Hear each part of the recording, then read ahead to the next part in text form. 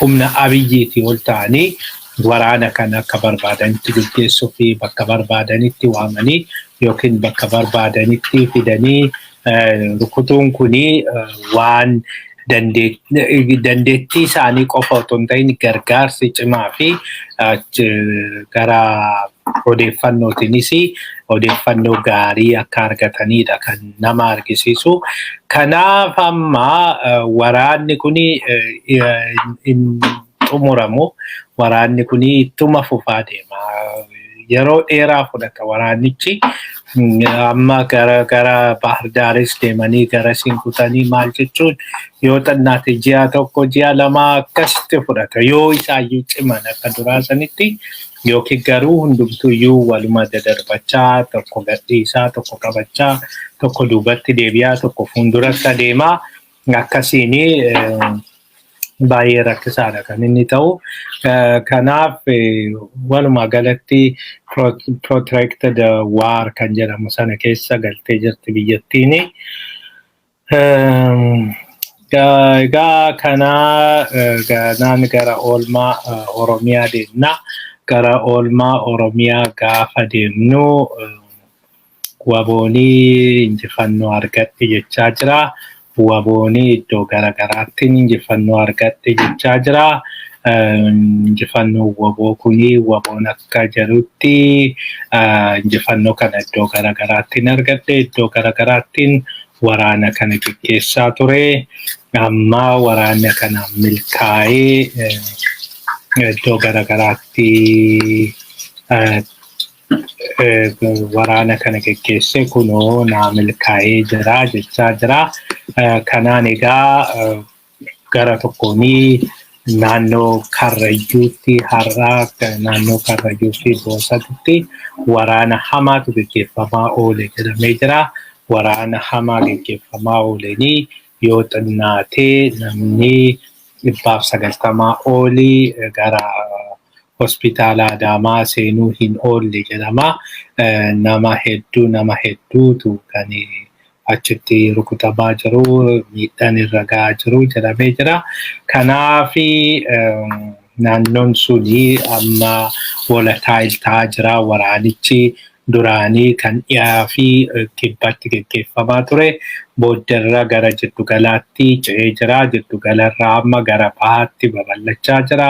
Arsii iddoo garagaraatti waraanni gaggeeffamaa jira. Harargees naannoo Odaa Bultumfaatti har'a waraanni akka gaggeeffamedha kan gabaafame. Kanaaf waraanni karaa bahaatti gaggeeffamaa jiru kunis amma baay'ee guguddachaa babal'achaa jira. Kanaan egaa Oromiyaan iddoo kamiyyuu iddoon mi'u iddoo waraanni ittiin gaggeeffamne yookiin immoo iddoon rakkoon nageenyaa hin jiru jedhamu hin jiru. Kanaaf hunda caala kan rakkoon kuni baay'ee hammaachaa deema kan jechaa jirru. Rakkoon kuni hammaachaa kan inni deemu rakkoo sana hubachuu dadhabuudha. Gara hunduma caala kan warri bilchiginnaa keessattuyyuu nama aarsanii fi biyyattii sana kan isaan kuffisaa jiran barbadeessaa jiranii hojii koo jedhanii gara tokkoo ni fakkaata. Hojii koo jedhaniitu biyyattii sana barbadeessaa jiru. Handhuura hundee biyyattii sana walitti qabe hunda kan isaanii barbadeessaa jiran. Kana duraan dursee waliigalteen biyyattii keessa hin jiru. Hamma tokko garuu waliigalteen uumamaa dhufee jira. Waliigalteen uumamaa dhufe kuni waliigaltee federaalizimii kanarratti egaa kana wajjiniin wanti isinii kaasnu Abiyyi maqaa marii biyyoolessaa jedhuuni federaalizimicha diiguudhaaf deemaa jira. Kana Tasfaayee Dhaabaa Qayi Masmar isa jedhamu irratti har'a dubbatee jira. Duraan dursee waliigalteen hin jiru. Federaalizimii yookiin mootummaan Itoophiyaa bifa kamiin ta'uu qaba kan jedhamu irratti waliigalteen hin jiru jedhee jira. Waliigalteen waan hin jiraannee fi kunis gaafitti dhiyaata jechuudha. Heerri mootummaas gaafitti dhiyaata. Federalizimiinis gaafitti dhiyaata. Gaafii kana kan irraa kan dhiyeesse garee tokko qofaadha. Garee iliitii Amaaraa qofatu dhiyeesse. gareen iliitii Amaaraa kana kan inni barbaaduuf waan biraatiif otoo hin ta'in sirna durii sanitti deebi'uudhaaf. Sirna saamicha, sirna olaantummaa isaa, sirna inni qofti faarfamee inni qofti waan barbaade godhee akka barbaade ta'ee kaan saamee kaan ajjeesee keessa jiraatu sana olaantummaa isaanii kan irratti calaqqisiisu sana isa sana qabachuudhaaf. Ammas Abiyyi fa'aa status quo kana haala amma jiru kana kan isaan barbaadaniif kamma jiru kana kan isaan barbaadanii inumaayyuu gara duriitti akka deebi'u kan isaan godhanii fi faayidaa kana keessaa argannaa jedhaniiti isaan walii galanii. Kanaaf amma tokko garuu uummattoonni kun ummanni Sumaalee, ummanni Sidaama, ummanni Kibbaa, Oromoo, Tigraay, sabaaf sablammiin hedduun kana mormaa turan. Kana mormaa turanii kana federaalizimicha fudhatanii jiru. Federaalizimicha gara parsantiin 80 ol kan ta'u kan mormen jiru. Biyyattii sana keessatti parsantii 80 deeggarsa otoo qabu gaafii irratti ka'a jedhanii parsantii 5 yookiin 10 warra taatuu fi gaafii kana akka gaafitti deebisuun waan qaamumti kun qofti waan barbaade hojjechaa akka jiru kan nutti agarsiisudha. Kanaaf yoo barbaadetti waan barbaade gaafii uummataati jedhee kan inni kaasaa jiru. Gara tokko Tigraay wajjin gaafa wal lolla jedhanii nuti uummata miliyoona 110 keessa Oromoon barii Oromoo miliyoona 40tu jira. Oromoo miliyoona 40 Tigraay wajjin waraanan barbaadu. Dhugaa dubbachuudhaaf yookaan dubbannee jechuudha. Garuu isaan kana keessaa dhiisanii akka uummanni miliyoona 40 duula isaanii Minilik isaan gargaaree akkasitti kan isaan dhiyeessanii. Kanaaf amma egaa duula amma marii biyyoolessaa jedhanii biyya burjaajessuu deeman kana kan isaan barbaadaniif waan biraatiif otoo hin ta'in sirna federaalizimii kana fa'aa jijjiiruudhaan waliigalteen hin jiru jechuudha. Hunduma caala immoo waan lammummaa sanyummaa irratti hundaa'e. Sanyummaa irratti otoo hin ta'in afaan yookiin sabboonummaa sabummaa irratti hundaa'e dhugaa dubbachuudha fi sabummaa irratti waan hundaa'ee fi sabni tokko ani saba tokko gargar ba'uun qabu ani ofii kootii gargar qoodamuu hin qabu jedhee uummanni yoonan waliin ta'ini akka fakkeenyaaf akka Oromootti yoo waliin taane nuti humna qabaanna, humna arganna. Gaafa san mirga keenyas qabachuu dandeenya. Yoo bittinnaa'ee jedhe uummanni tokko bittinnaa'ee gara garatti bittinnaa'ee jennaani mirga isaatii fi dubbachuu hin danda'u. Fakkeenyaaf asuma Ameerikaa keessatti olaallee jedhe gurraachonni amma waan tokko hiika kan yookiin jijjiirama tokko kan isaan fiduu dadhabanii fi gara tokkoon gurraachi bakka itti baay'atuu fi gurraachi bakka itti sodaatamu qabu. Bakka lakki gaafii gurraachaa deebisuu yoo baanne isteetii tokko qabaatan yookiin bakka jiraatan tokko lafa wayii irratti achiin booda iddoo sana gurraachaaf dubbachuu baannanii nun filatanii bakka jedhan hin qaban. Of course yeroo hundumaayyuu yoo akkuma uummataattis yoo laallee jenne parsantii 12 moo akkasiidha. Uummanni gurraacha biyya kana keessatti akkuma waliigalaatti pirezidaantii fa'aatu gaafata malee mana marii fa'aa iddoo tokko baay'inaan iddoo tokko xannoo jira. Kanaaf jijjiirama hagasii yoo fidan hin argamu. Akkasuma ta'ee garuu yeroo tokko iddoo tokkotti immoo immigirantiin hin baay'atu. Bakka fakkeenyaa fi yeroo hunda namoonni beektanii John Hoffman Minnesota Brooklyn Centeridha kan inni filatamu. Yeroo hundumaayyuu inni ani Oromoon naannoo san Minnesota keessa iddoo Brooklyn Parkii sana Oromoo hedduu waan jiraatanii fi ani Oromoon na filateennaan nagaa jedha yeroo hundumaa. Oromoon na filateennaan gahaadha. Hagas Oromoon humna argateera. Maaliif iddoo tokko waan jiraatuuf jechuudha. Nuti iddoo sanaan ala warri jiraannu yookiin Oromoon Minnesotaadhuma keessa iddoo garaagaraa faca'ee jiraatu sagaleen isaa tokko. Bakka walitti dhufanii baay'atan garuu sagalee hedduu qabu. Hagasiidha. Kanaafi uummanni Oromoo yoo akka Oromiyaatti tokko ta'ee akka Oromoo Oromiyaatti tokkummaadhanii miliyoona 40 sagalee miliyoona 40 qaba. Namni miliyoona 40 sun miliyoona 40 akka nama tokkotti namni hundi akka miliyoona 40tti yaada tokko gaafa qabaatee alagaan nutti roorrisuu hin jiru. Alagaan even garagarayyuu nu laalu nu nyaaru hin jiru. Garuu yoo sana ta'uu baate hambisaan kan isaan deemanii fi isa kana waan sodaataniif biyyattii keessatti yoo sabaan deeman Oromoon yeroo hundumaa yoo olaantummaa waan qabuuf dimokiraasii dhugaatii haa dhufu gaafa jedhame kan qaamni Oromoo otoon kabajin yookiin gaafii Oromoo otoon deebisin aangorra turu hin jiru. Kanaaf Oromoo qabachuun dirqamuma jalqaba. Oromoo waan Oromoon jedhu fudhataniiti. Ittaanee biyyattii sana yoo dimokiraatawaan goona ta'e biyyi dimokiraatofti yoo ta'e ittaanee kan barbaachisu uummata Amaaraati. Uummanni Amaaraa yoo dideeyyu uummanni Amaaraa yoo dideeyyu Oromoon biyyattii sana keessaa parsantii 40 waan ta'eef parsantii 10 qofa barbaada. Tigree fi Sumaalee qabateennaan Oromoon kanaan ala waan inni barbaadu hin jiru. Yookiin immoo warra kibbaa qabatee jennaan Oromoo waan inni barbaadu hin jiru. Garuu warri Amaaraa parsantii 30 waan ta'anii fi yoo xinnaate parsantii 20 argachuu qabu. Kibba akka jirutti argachuu qabu. Kibbi guutuun isaan deeggareenal Oromoon isaan deeggaruu baate yoo kibbi deeggare qofa kan isaan argatan. Waan isaan jedhan yookiin immoo ilaalchi isaanii kan fudhatama qabu. Kanaaf kana gochuu hin fedhan. Amma even federalizimii kana gaafiin hin jira yoo ta'e referendamiif akka dhiyaatu hin godhan. Referendamiif dhiyaatee jennaan akka kufuu hin beeku.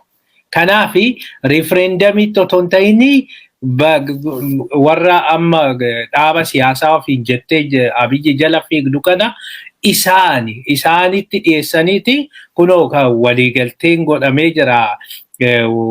Marii biyyoolessaa godhamee marii biyyoolessaa kanaanii haa kufu jedhameeti achitti kan isaan murteessanii. Kanaaf deemaa jiru Oromoo quba qabaadhu waan kuni fashaluu qaba. Waan kuni ammumarraa fashaluu qaba. Duraan dursee marii biyyoolessaa wanti jedhamu hin jiru. Marii biyyoolessaa uummata tokko shororkeessaa gochaa marii biyyoolessaa wanti jedhamu hin jiru. Uummata tokko hooggantoota uummata tokko mana hidhaatti naqanii mana hidhaatti dararaa marii biyyoolessaa wanti jedhamu hin jiru. Dogoggora irratti hojjechaa deemuudhaani rakkoo hama ofitti uumu. Haga yeroo sana filannoo dhugaa haa ta'u otoo jedhame otoo filannoo dhugaatii barbaadanii warra mana hidhaa jiran hooggantoota warra mana hidhaa jiran san gadhiisanii maallu wayya jedhanii mari'atanii garaa bal'atanii achiin booda waraana dhaabanii hundumaayyuu otoo galchanii filannoo sana geggeessanii jedhanii kun hundi hin dhufu. Kun egaa isa sana hunda nama hunda hidhanii kan akka filannoo irratti hin hirmaanne godhaniiti warra hirmaateyyuu dhoorkatanii warra hirmaate mataa isaaniitiin jechuudha. Amaara keessa warra Zeemaa maali hunda isaanii harkaa fuudhanii ari'anii iddoo tokko lama itti kennanii filannoon akkasii biyya lafaarra jiru. Parsantii 97 mo'ateeti achiin booda dimokiraatawaa takkaayyuu filannoon akkasii geggeeffameen beekuu jedhu. Kan nama dhibu jechuudha. 2005 wayyaaniin gaafa jirtu walumaa galatti teessoo naannoo kanumti isaan argataniyyuu parsantii 65 immoo maal wayiiti. Kan wayyaaniin argatte jetteeyyuu isumaayyuu jechuudha. Yeroo sanitti yoo xinnaate parsantiidhaan yoo laallee jennee parsantii 35 ol mormitoota turan. Warra kanatu galuu dide malee carraa sanitti otoo fayyadamanii galanii paarlaamaa galanii jiraatanii dimokiraasiidhaaf karaa saaquu ture. deebi'ee mootummichi akka barbaadetti waan barbaade gochuu hin danda'uutu otoo isaan akkas sana keessa galanii raatanii. Danqaaran biyya sanii dimokiraasiin akka biyya sanatti hin ijaaramne warri godhu hunda caala kan farri dimokiraasiyyuu iliitii warra Amaaraa kanaadha kan dhugaa dubbachuudha. Maaliif isa keessa dimokiraasiin dhugaa dhufee jennaan Oromoon akka fayyadamu hin beeku, Oromoon akka fayyadamu immoo hin barbaadan. Kanaaf kan nuti jenne nuti Oromummaatu nu caala, Oromummaan sabummaan yoo ijaaramne gaariidha gaafa jennu nutu isinii beekaa. Isin ofii beekuu hin dandeessan. Isin akkatti of ijaartan hin beektani. Kanaaf nuti isinii beekna, isinitti himna diigama sabummaadhaan hin ijaaramina. Sabummaadhaan ijaaramuu dhiistanii akka nama dhuunfaa tokkotti ijaaramuu qabdu. Gaafa san egaa isaanii wal keessa immoo olaantummaa isaanii argachuudhaaf kan isaanii barbaadanii. Kanaaf Oromoo quba qabaadhu. Taanee waraanni egaa waraana kanarra jira. Waraanichi hammaataa jira. Waraanichi iddoo baay'ee gahaa jira. Deeggarsa uummataa argachaa jira. Kanaaf ammaanichi waraanni kuni sadarkaa duubatti deebi'uu hin dandeenyedha. Hunda caala immoo waraanichi amma akka argaa jirrutti warri wayyaanee hamma fe'aniyyuu humna qabaatanii, hamma fe'aniyyuu maalii qabaatanii, ootuma mo'ataniyyuu biyyattii sana kophaa bulchuu hin danda'anii. Addunyaanis irraa deebitee irraa galtee jirti. Addunyaanis fuula irraa garagalfattee jirti. Amma kan baay'ee murteessaa fi namni hundi jijjiirama biyyattii sanaa akka dhufu kan barbaadu yoo jiraate waboo deeggaruudha. Tigraayis haa ta'uu, Amaarris haa ta'uu, Sumaaleen haa ta'uu, sabaaf sablammiin biyyattii suni mufanne Abiyyi karaa sirrii deemaa hin jiru warri jedhanii carraan isaan qabanii fi wanti gaariin, wanti prospektii qabu, wanti fudhatama qabu yoo garee Oromoo kana deeggaran qofaadha. Garee Oromoo deeggaruun duraan dursee akka Tigraay kana gareen Oromoo kan kaamamee yookiin silliqfamee qabamee miti karaa biyya alaatiin yookiin wal qunnamu qaba. Kanaafi meeshaa karaa biyya alaa argachuu danda'a.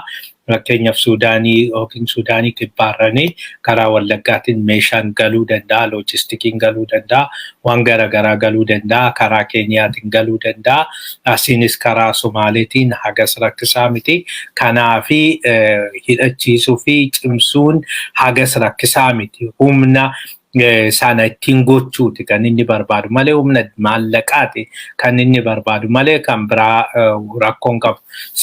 Inni lammaffaa fi baay'ee barbaachisaa akka Oromootti istiraatejikaalii kan Oromoo advaanteejiin Oromoo numeerikaal maajoritii waan qabuuf lakkoofsaan olaantummaa waan qabuufi addunyaanis kana hubattee fi jirti. Oromoon yeroo dheeraadhaaf akka miidhame hubattee jirti. Tokko miidhaan isaa kuniyyuu mataa isaatiin furmaata barbaada.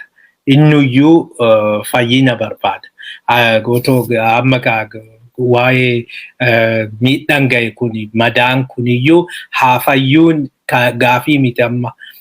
Aga ammayyuu jira. Aga ammayyuu nama meeqatu kanaanii miidhamaa garuu ammatti otoo uummanni caalaa madaa deemaa jiru waa'ee fayyinaa dubbachuun iyyuu barbaachisaa miti. Garuu akkasuma ta'ee addunyaanis Oromoon miidhamee akka ture ammas miidhamaa akka jiru hubannoo qabu. Kanaafi Oromoon yoo miidhaan kun irraa dhaabbatee achi olaantummaa lakkoofsas waan qabuuf, baay'ina waan qabuuf, qabeenyas waan qabuufi kanaaf biyyattii sana keessatti jijjiirama fida jedhanii waan yaadaniif yoo isni Oromoon adda dureeni yoo itti gaafatamummaa kana fudhatee jijjiirama kana geggeessee jijjiiramni waliigalaa biyyattii keessatti dhufuu ni danda'a jedhamee yaadama. Kanaafi Kana waan ta'eef hundumtuyyuu kana hubannee tokko gargaarsa gochaa jirru haalan dabaluu qabna. Lammaffaa akkuma kana dura irra deddeebinee jennee gocha ta'aa jiran gabaasuun baay'ee barbaachisaadha. Ummataaf yeroo hunda odeeffannoo kennuun barbaachisaadha. Miidiyaa jiran hundumatti fayyadamuun barbaachisaadha. Miidiyaa irratti loogiin jiraachuun qabu. Miidiyaan keenya miidiyaan hundi miidiyaa Oromooti. Miidiyaan Oromoo hundi kan Oromooti. Miidiyaan lagannuu miidiyaan achin dhaqin asin dhaqin jedhamu hin jiru yeroo kanatti. Yeroo akkasiisan irraa miti kan nuti jirru. Duula akkuma Abiyyi duula jiraachuuf baduu jedhesanii nutis duula jiraachuuf baduuti kan nurratti labsamee jiru. Yookiin ummata tokko ta'aniiti fuulduratti itti adeemnaa yookiin ummata tokko ta'anii ummata keenya, ummata Oromoo, ummata mataa gadi cabsan kan ummata tuffatanii akka barbaadanitti kan barbaadan hidhanii ajjeesanii kan barbaadanii waan barbaadan godhan kana ittisnee ummata kana mataa ol qabachiisnee ummanni kun hanga guddina isaa, hanga baay'ina isaa, hanga qabeenya inni qabu geessisnee ummata kana addunyaa wajjin dorgomaa goona. Yoo cimnee jenne. Yoommoo cimuu baannee nuumti asii wal sakaallee asii wal gaarreeffannee tokkummaa keenya diignee jenne hundi keenyayyuu diina harkatti kufnee ummata kana duriyyuu mataan cabee jira. Duriyyuu miidhamee madaa'ee jira. Caalaa gadi buusnee caalaa harka diinatti darbinee lammaffaa akka waliin kaane gochuutti deemaa jira.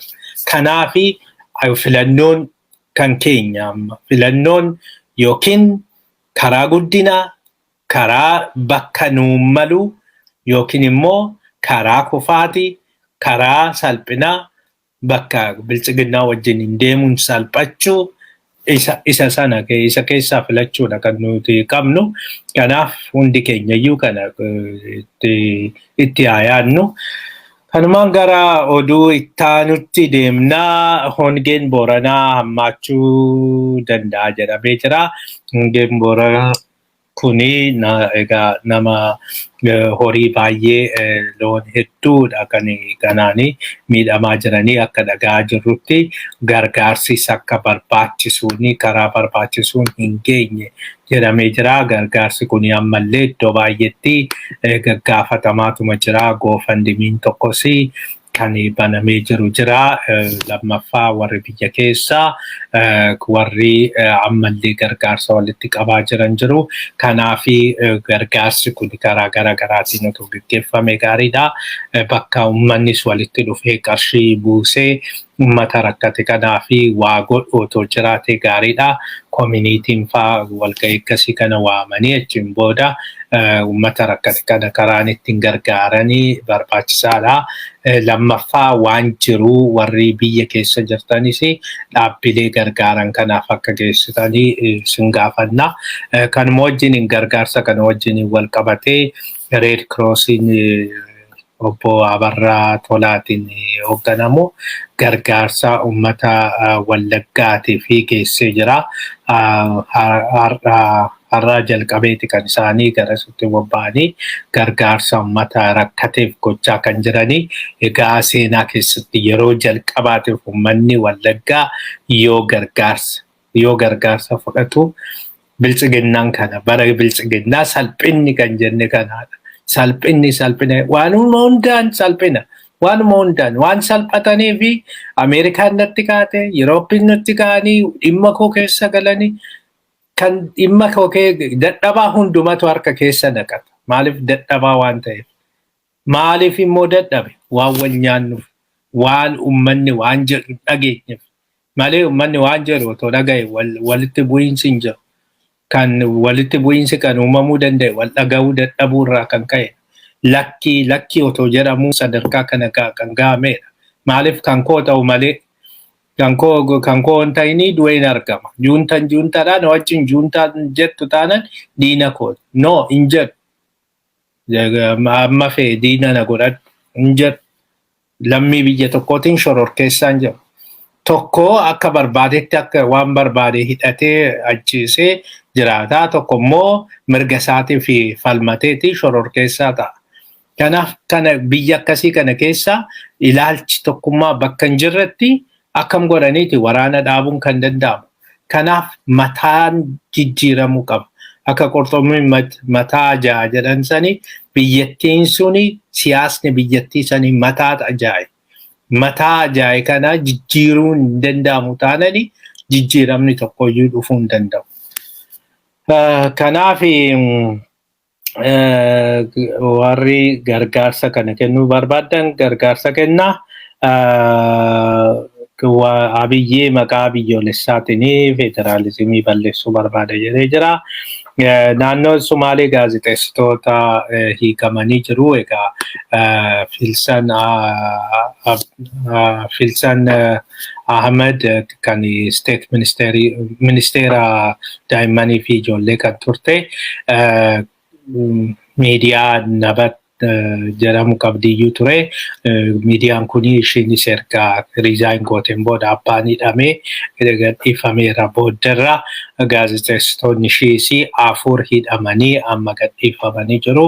Egaa qarshii 50,000 qabsiisaniiti kan isaan gadhiifamanii gana naannoo Sumaaleetti waan hidhamanii fi naannoon Sumaalee booddarra falmee fi warri achi keessa jiran keessattuyyuu mirgi dhaabbanni gaazexeessitoota Sumaalee kan jedhamu isaanii falmee qarshii barbaachisusanis kafaleeti kan isaanii hiikamanii. Keenya egaa kanumallee gochuu dadhabanii akka gaazexeessitoonni akka kunoo na duuba argitu Mallasaa Dirribsaa fa'aa isaan kunii gaazexeessitoota gammaa mana hidhaatti kan isaanii dararamaa jiranii. Kanaaf kan isaanii dubbatu hin jiru. Kanaan gara itti aanutti deemnaa. Faannoon saamicha geggeessee jira. Egaa waa'ee faannoo yeroo baay'ee dhiyeessinee jirra. Biyya double standardii qabdu keessatti homaan eegdanii double standard kan Oromoo yoo namni tokko hidhate yookiin namni tokko foolleedha qeerroodha gaafa jedhee adamsamee hidhamaa. Maaliifii seeran alaa ijaarsa seeran alaa yookiin ijaarsa alidileeti jedhamee walumaa galatti yakka ta'ee jira. Akkasitti ijaaramuuni naannoo Amaaratti faannoon maal akka ta'e hin beekamu. Qaama mootummaati moo qaama mootummaan alaadha moo hoogganaan isaa eenyu itti gaafatamummaan eenyutu itti gaafatamaa eenyutu ajajaa eenyutu loojistikiin isaa eessaa dhufaa ashabbaarii akka alqaayidaa irraa dhufu IS irraa haa dhufu wanti beeknu hin jiru hin dhufu jennees amanuu hin dandeenyu. Biyyattii sana keessatti jeequmsi akka uumamu waan barbaadamuufi jechuudha. Qaamni kuni eenyu akka isa hidhachiisu, eenyu isa akka leenjisu, eenyu isa waan barbaade akka godhu hin beeknu. Maqaa kiristaanaa yookiin maqaa amaaraa waan qabaatee fi jara kana wajjin hin hojjetu jechuun hin danda'amu. Maaliif duraan dursee egaa biyyattii sana keessatti akkuma addunyaattis konseptiin filoosofii tokko monopoly of violence kan state'iti kan mootummaati jedha. Kan mootummaa qaamni hidhatee socho'u tokko qaama mootummaa qofa ta'uu qabaa jedha. Yoo mootummaa mormee jedhu mootummaan kun naan ta'u jedhee non state actoriidha. Non state actoriin kun bosonatti galee qabsoo geggeessuu ni danda'a. Dhugaadha. Sunis non state actors jedhamee kan laalamudha akka non state actors. Faannoon maal akka ta'e hin beeknu. Non state actorsiidha moo mootummaa mormaan jiru yookiin immoo qaama mootummaati moo monopoly of violence kan jedhamu suni naannoo Amaaratti hin jiru. Mootummaan naannoo Amaaraa guutumatti state of danda'e ta'ee Chaayinaa fi Iraan irraa meeshaa waraanaa ajajatee bitaa jira. Direct qaraxa malee agaluuf jedhame kana duras isinitti himnee jirra. Kuni hagamagaa akka wal caalchisuu fi gargar ilaaluu jiru isinitti argisiisa.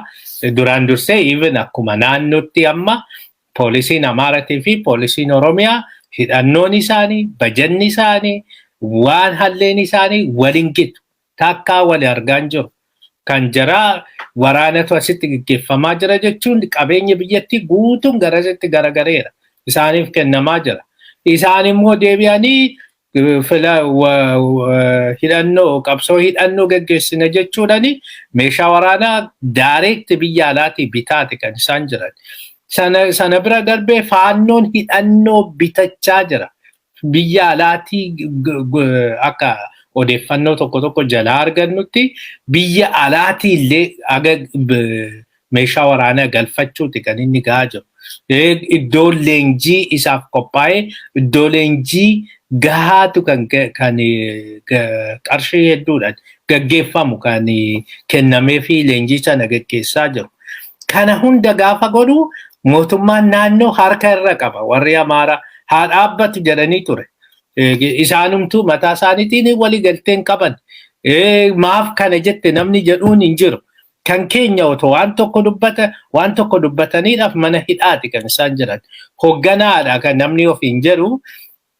Hoogganaa faannooti namni ofiin jedhu kan faannoo isaatiyyuu kan Walloo keessatti iddoo baay'eetti jeequmsa fi saamicha hamaa kan gaggeessaa jira jedhamu zammana kaasee namni jedhamu dhiyoo kana akka dubbatetti nuti faannoon kan hundaa'e dargaggeessi mootummaan fudhatiin jira yookiin qaama mootummaa yoo loltuus ta'uu hin barbaadu, poolisiis ta'uu hin barbaadu jedhee kan didee jira. Inni immoo hedduudha. Inni kuni waan achi dideef nutti makamu jenneeti ijaarree jedha. So fudhatamuu didee jechuudha. Mormiitu jira jechuudha.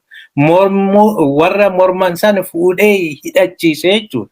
Gara biraatiin erga mormanii miseensa mormitoota qabu waan ta'eef faannoon mootummicha mormaa jechuudha. Akkasitti nutti himan gara tokko yoo akkas ta'anii jedhanii jechuudha.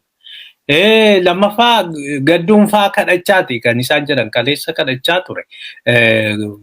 Warri dargaggoonni faannoon jechuusaati. Faannoon loltuutti makamuu qabdu. Kana duras irra deddeebi'ee dubbateera. Loltuutti makamuu qabdu, poolisitti makamuu qabdu jedhee kadhachaa ture. Afaan isaatiin gadduun wanti inni jedhe yeroo waldiyaa irratti meeshaa makalakayaanii meeshaa waraanaa duubatti deebisuudha gaafa jedhu faannoon fuutaniin baatan jedhee achitti hambisuu isaatiin achitti qabuu isaatiin boodderraa meeshaa waraanaa suni warra Tigraayitiin booji'amu. Kuni muuvimentii biyyattii tokkotti yookiin loltuu biyyattii tokkotti gufuu ta'uun roorrisuun akka hojiisaa hin hojjenne gochuun yakka. Akka yakkaatti namni itti gaafatamaa ta'uu qabu ture. Adabamuu qabu ture. Gocha kana waan godhaniifi jechuudha. Biyyi kan isaanii kan bulchaa jiru kan isaanii waan ta'eef namni kana isaanitti dubbatu hin jiru. Amma gaafa saamicha akka barbaadanitti gaggeessan kana namni isaanitti dubbatu hin jiru. Kanaaf kana keessa warri kun humni poolisii isaanii garmalee dabalaa deema haala kanaan. Hidhannoon isaanii waan halleen isaanii akkasitti dabalaa deema. Faannoon akkasitti humna argachaa deema.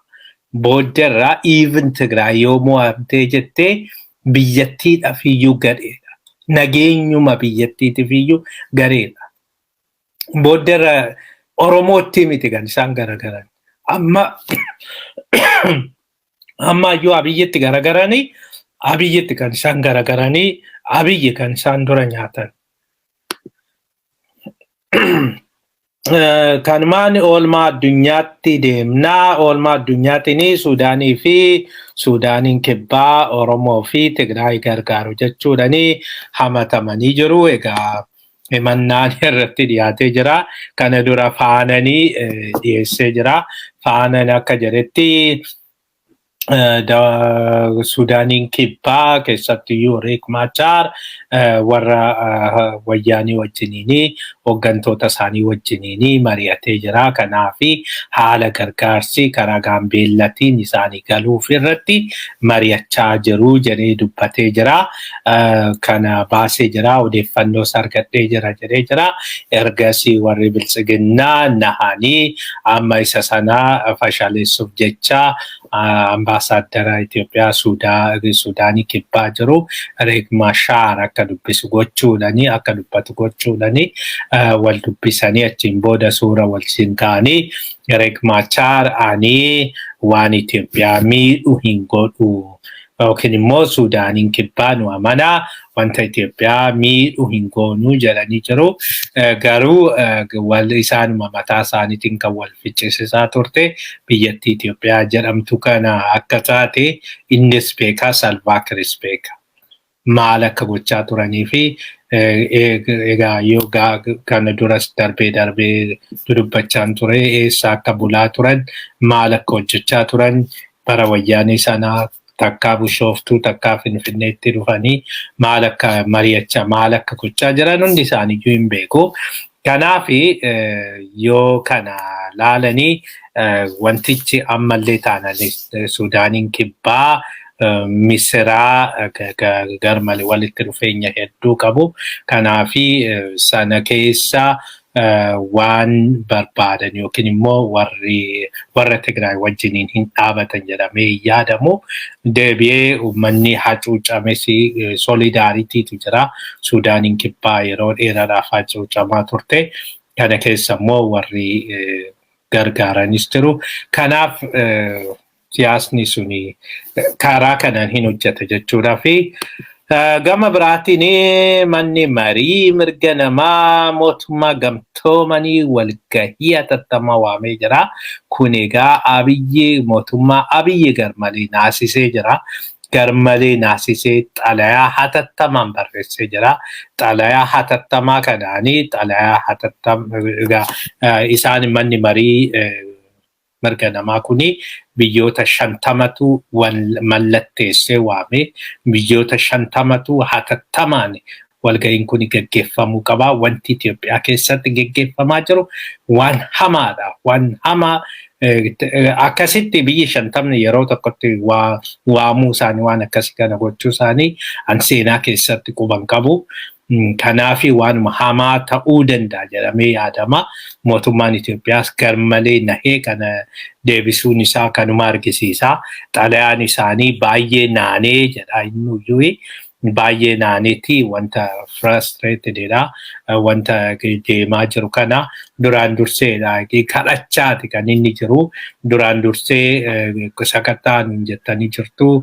Sakattaanee achiin booda waan recommendation kaa'ame jira. Recommendation sana hojiitti oolchina jennee ministeerota koree ministeerota hundeessinee amma namoota dhiibbaa yookiin dhiittaa mirga namaa geggeessanii isaan seeratti dhiyeessina jennee har'aa boruu dhiyeessina jennee qophiirra jirra. Namoota sana adabuudhaa fi maalii gochuudhaa fi ammallee nuti waliigalteedhaan hojjechuudhaa fi waan tokko rakkoo hin qabnu. Haa ta'u malee ammatti hatattamaan biyyoonni tokko kana waamuun kuni yaaddoo nutti uumee jira. Kanaaf kana nu hubadhaa kuni sirrii miti jechuudhanii kadhachaati kan isaan jiranii.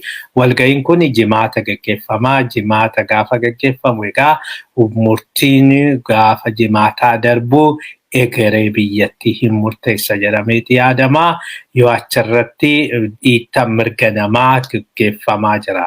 Kanaafi kana caalaa uummanni addunyaa hawaasni addunyaa obsuu hin qabu jedhanii murteessanii akkan kaleessa isinitti himee akka seera bara 1973 bahetti mootummaan tokko miidhaa yookiin dhiittaa mirga namaa hamaa biyya tokko keessatti ni gaggeessa taananii hawaasni addunyaa biyya sana keessa galee dhaabsisuun dirqama isaati. Dhaabsisuun dirqama isaati. Yoo hin dhaabsisu ta'e international community iyyuu hin jiru. Kanaafi yoo isaan egaa dhiittaan kun dhaabachuu hin dandeenye yeroo meeqatti himamee jira mootummaa Abiyyitti dhaabachuu hin dandeenye jedhanii murteessanii jedhanii achiin booda mana UN Security Council-idhaaf dhiyaata. UN Security Council-idhaaf dhiyaatee achiin booda yoo achirrattillee murtaa'uu fi baate yoo achirrattillee warri keessattuyyuu dhiyaa kanaa fi yoo achirrattillee most probably murtaa'u maaliif yoo achirratti murtiin kennamee hin beeku yeroo Liibiyaa sana qofaa abstain godhanii Chaayinaa fi Raashaan harka hin baasne achiin booda green lightii arganne jedhanii adeemanii warri sadiin French, British fi Amerikaan jechuudha. Sanaan ala Iraq gaafa dhaqanii UN Security Council-iin hin eeyyamne, Afghanistan UN Security Council-iin hin eeyyamne, Panama UN Security Council-iin hin eeyyamne, Vietnam UN Security Council-iin hin eeyyamne. Kanaaf waan akkasii yoo dhiittaa mirga namaa hamaan jiraate isaan dirqisiisa kana fudhachuuni. Kanaaf waan ta'u egaa bullee ilaalla. Gaafuma achi geenye ilaalla. Dhaggeeffattoota keenya egaa yeroo dheeraa isinirraa fudhannee waan nu dhaggeeffattaniif